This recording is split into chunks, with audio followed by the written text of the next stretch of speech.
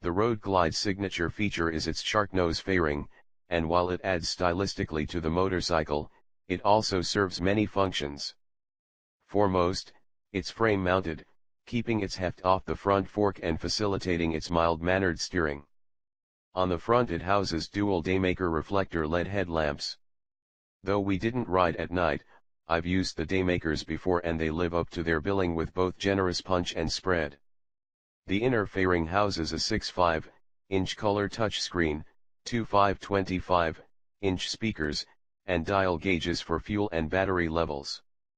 The inner fairing has been redesigned so the screen of the infotainment system is 2 inches closer. A total of 4 speakers and 100 watts allow riders to rock out to radio, satellite, or stream your personal favorites by plugging into the USB in the right side of the inner fairing and tapping into its jukebox function. Sound quality is clean and can be turned up loud enough so it's audible over the rumble of the exhaust. The infotainment system is Bluetooth ready, so riders can use voice commands to talk on the phone, utilize a navigation system or to file through music files.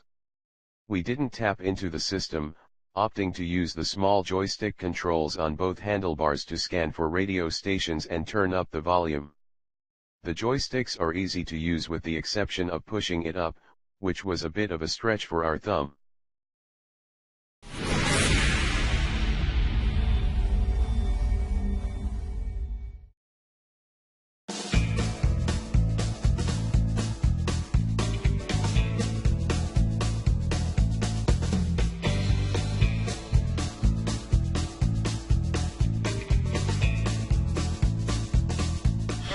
Harley-Motorcycle-USA.com.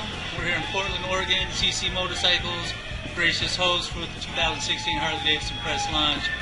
Just got to ride the new Iron 883. Man, that new suspension they got on there, really more plush, keeps the bike nice and settled. We went on this wonderful little route right outside of town. Lots of speed humps, lots of turns.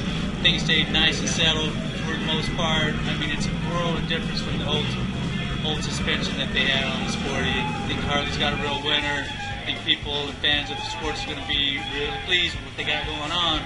Now there's a little after party time here at CC, so let's get it on. All right, we are here in beautiful Portland, Oregon, close to our hometown, Motorcycle USA, here for the 2016 Harley-Davidson press launch. One of the bikes that they brought back for this year, 2016 Road Glide Ultra. Shark nose fairing. We got the tour pack on top now. It's got the full Project Rushmore treatment. The very first thing we noticed when we hopped on this thing is that new high output twin cam 103. As soon as we got on it, we were like, you know, it was really like responsive at the throttle. You crack a little bit, boom, that thing wants to go. Definitely you can tell that there's a power upgrade. At the throttle, it's super responsive. It's really dialed in, so any little bit of input, it opens up, that thing wants to roll. We've got reflex link braking system. Works both ways. When you hit the back pedal, it'll activate the front. Squeeze the front lever, and it will activate the back. We tested it out. Mike Go said that it activates at 25 miles per hour and above. We did just the back brake, gave it a good stomp, and you could actually feel it pulsing on the front. You can feel the fork dip just a little bit.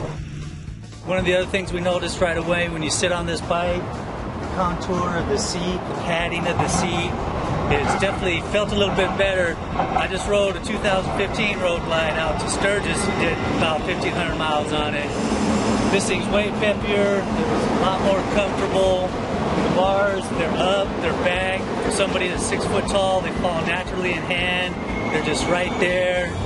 Nice, leveraging. They've also got the new slipstream vents on the shark nose fairing. They've taken this thing to the wind tunnels. They've been working on aerodynamics. You can open things up. You can channel air to the rider. You can channel it down to the engine to cool out the engine. It's got a taller 13.5-inch windscreen, so it definitely gives you a better cushion and a better cocoon from the elements when you tuck in behind the fairing and the windscreen. Overall, did about 200 miles a day, rumbled up Mount Hood, went through the Columbia River Gorge, just absolutely beautiful scenery. Did everything from really fast sweepers to tight, twisty stuff, and it's been a great day in the saddle.